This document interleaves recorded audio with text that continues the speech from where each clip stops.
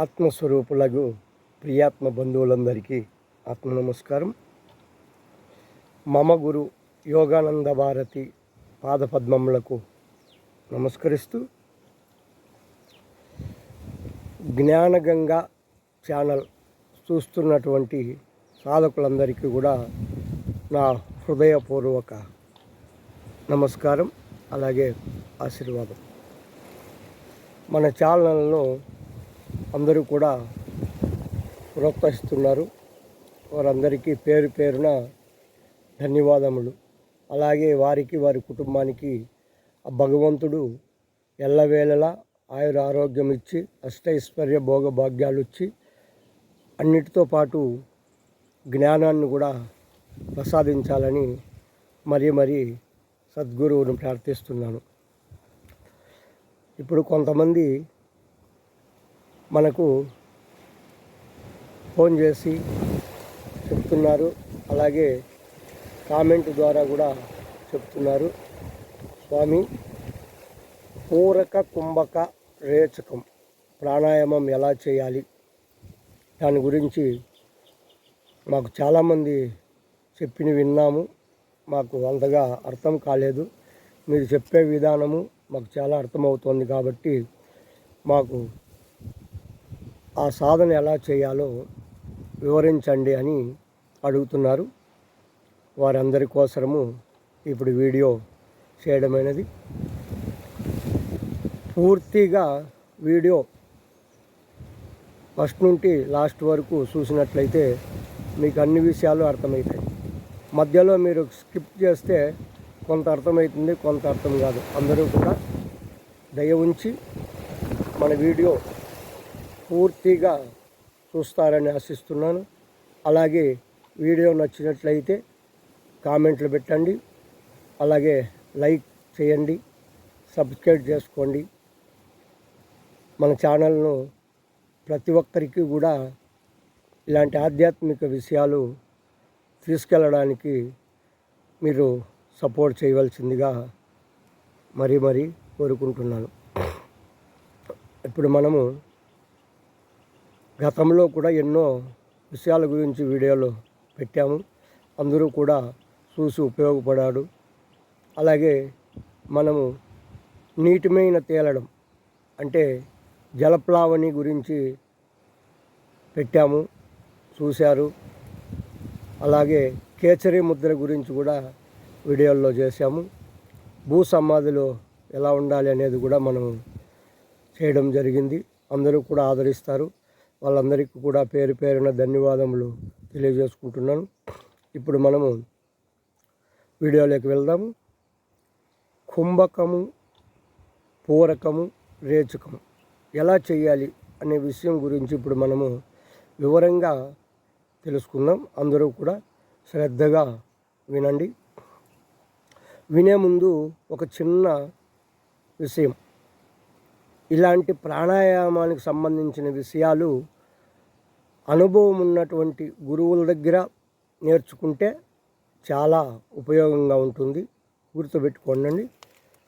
ఇప్పుడు మనకు 21,600 ఉచ్ఛ్వాస నిశ్వాసలు జరుగుతున్నాయి మన ప్రమేయం లేకుండా. వాటిని అజప గాయత్రి అన్నారు. నిమిషానికి 15 శ్వాసలు జరుగుతాయి. ఇప్పుడు మనము కుంభకం చేయడం వల్ల శ్వాసలు తగ్గించుకోవచ్చు. శ్వాసలు తగ్గించుకుంటే ఏమి ఫలితము అని మీకు సందేహం రావచ్చు. మనకు సగటు మనిషికి ప్రతి ఒక్కరికి కూడా 21,600 ఉచ్ఛ్వాస నిశ్వాసలు జరిగితే 120 సంవత్సరాలు ఆయుష్ అని పూర్వము మహనీయులందరూ సెలవిచ్చారు. మరి ఇప్పుడు అందరికీ అలా జరగడం లేదు. ఒకరికి ఎక్కువ జరుగుతున్నాయి, ఒకరికి తక్కువ జరుగుతున్నాయి.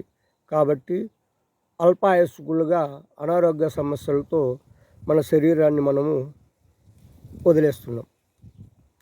ఇప్పుడు మనము అనారోగ్య సమస్యలు లేకుండా, అలాగే మానసికంగా, శారీరకంగా, ఆధ్యాత్మికంగా మనం ఎలా ముందుకెళ్ళాలి, ఏ సాధన చేస్తే మనము వీటన్నిటి నుండి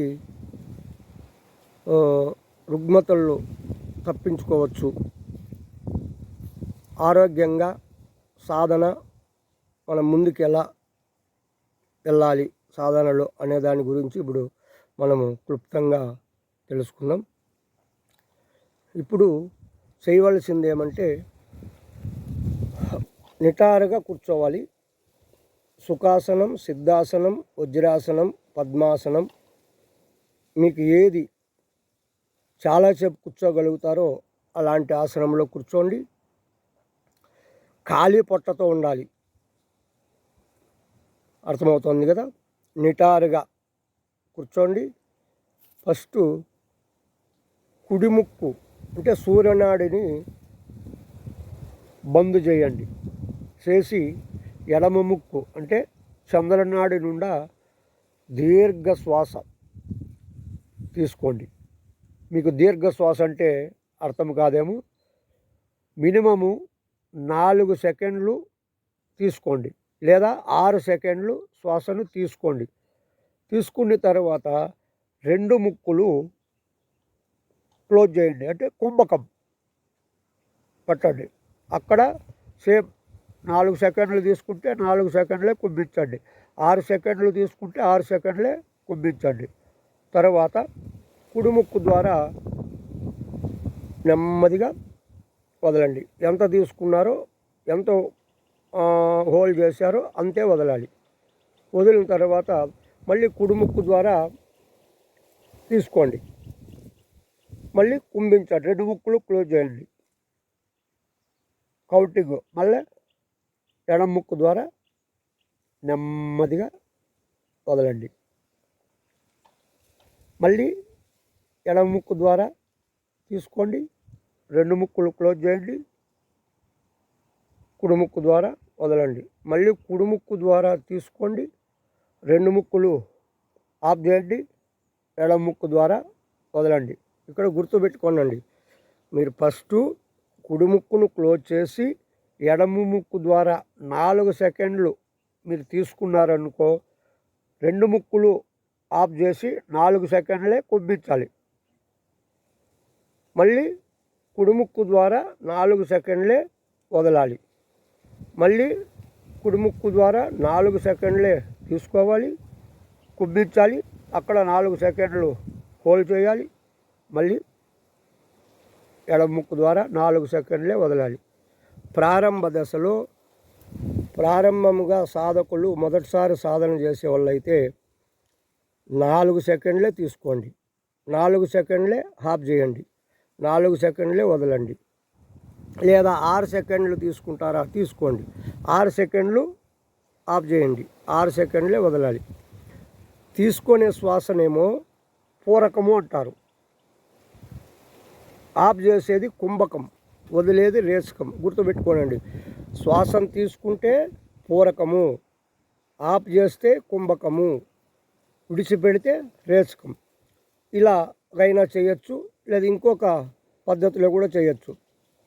ఇప్పుడు ముక్కులు ఆఫ్ చేయకుండా సహజంగా 2 ముక్కుల ద్వారా శ్వాసను తీసుకోవచ్చు, అలాగే ఆఫ్ చేయొచ్చు, అలాగా వదలచ్చు. ఇది కూడా ఒక పద్ధతి. మీకు ఏది ఉపయోగంగా ఉంటే ఆ పద్ధతిని అవలంబించండి. తర్వాత ఈ కుంభకము చేయడం వల్ల ఏం ఉపయోగం అంటే, ఖర్చు అయ్యే శ్వాసను మనము స్టోర్ చేసుకోవచ్చు. అలాగే కుంభకం చేసిన తర్వాత ఆ ప్రాణశక్తి అనేది లోనికి వెళ్ళిన తర్వాత అది లోపల కణాలన్నిటికీ కూడా ఎక్కడెక్కడ ఏ దీనికి ఎంత పంపించాలో ప్రాణశక్తిని అంత పంపించి, మిగిలింది లోపలంతా శుద్ధి జరిగిన తర్వాత వేస్ట్ అంతా కూడా అపాన వాయువు ద్వారా కిందికి పంపిస్తుంది. ఎక్కడి నుంచి? మూలాధారం నుంచి. అలాగా ఉపయోగం పడుతుంది. ఆయుసు వృద్ధి చెందుతుంది. మన కణాలన్నీ కూడా వృద్ధిలోకి వస్తాయి. అలాగే ఊపిరితిత్తులో లెన్స్ కెపాసిటీ కూడా మనకు పెరుగుతుంది. ఇలా చేయడం వల్ల ఏమవుతుందంటే మనకు చాలా చాలా ఉపయోగాలు ఉంటాయి. అనారోగ్య సమస్యలు రావు. సెల్స్ అంటే కొన్ని కోట్ల జీవకణాలు ఉత్పత్తి అవుతూ చనిపోతూ ఉంటాయి. ఈ పూరకము, రేచకము, కుంభకము ఈ సాధన చేయడం వల్ల ఆ చనిపోయే జీవకణాలు కూడా మళ్ళీ జీవాన్ని పోసుకొని మనకు ఎలాంటి అనారోగ్య సమస్యలు లేకుండా కూడా మన శరీరాన్ని కాపాడతాయి. దీని నుంచి శారీరకంగా రోగాలు రావడం ఆగుతాయి.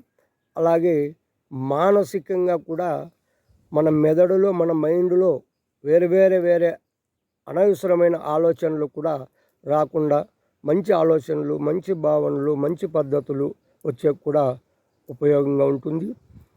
ఇదే కాకుండా ఆధ్యాత్మికంగా కూడా మనము ఉన్నత స్థితికి వెళ్ళేదానికి కూడా అవకాశం ఉంటుందన్నమాట. బిగినింగ్లో సాధకులు ఇప్పుడు నేను ఎలా చెప్పానో అలాగే చిన్నగా సాధన మొదలు పెడుతూ తర్వాత ఒక మండల కాలము ఇదే చేయాలి. తర్వాత పెంచుకోవాలి. మళ్ళీ అందరికీ అర్థమైంది అనుకుంటాను. ఎలా పడితే అలాగా మొరటగా ఎక్కువసేపు చేయగలుగుతా, ఎక్కువసేపు ఊపిరి బిగబడతా అని మాత్రం ప్రయత్నించండి. అది చాలా ప్రమాదకరంగా ఉంటుంది. కాబట్టి అందరూ కూడా ఈ విషయాన్ని అర్థం చేసుకొని మనము ప్రారంభంలో చిన్నగా మొదలు పెడదాం. మన శరీరానికి, మన లెన్స్కు, ఊపిరితిత్తులకు ఇబ్బంది లేకుండా మనము ఈ కుంభక సాధన అనేది చేయవలసి ఉంటుంది. శరీరము సహకరించాలి. ఊపిరి ఎక్కువ మనం లోపల నిలబెట్టుకునేది కూడా మనకు ఈ ఊపిరితిత్తుల కెపాసిటీ పెరగాలి. అలా లేకుండా ఎలా పడితే అలా చేస్తే చాలా ఇబ్బందిగా ఉంటుంది. అలా దయచేసి ఎవరు కూడా చేయొద్దండి. నిదానంగానే ప్రాక్టీస్ చేద్దాం. మనం నిదానంగా ప్రాక్టీస్ చేస్తే మనం అనుకున్న గమ్యాన్ని మనము చేరుకుంటామన్నమాట. ఇబ్బంది అనేది లేకుండా శరీరానికి ఇబ్బంది ఉండకూడదు, మనసు లోపల కూడా ఇబ్బంది ఉండకూడదు. హాయిగా ప్రశాంతంగా మనము ఆనందంగా ఈ సాధన చేయవలసి ఉంటుంది. అందరూ కూడా ఈ సాధనను అర్థం చేసుకుంటారని, సాధనలో అందరూ కూడా ఉన్నత స్థితికి వెళ్ళాలని ఆ భగవంతుని ప్రార్థిస్తూ మమ గురు యోగానంద భారతి పాదపద్మములకు నమస్కరిస్తూ లోకా సమస్త సుఖినో భవంతు. అందరికీ కూడా దైవానుగ్రహం కలగాలని మరి ప్రార్థిస్తున్నాను.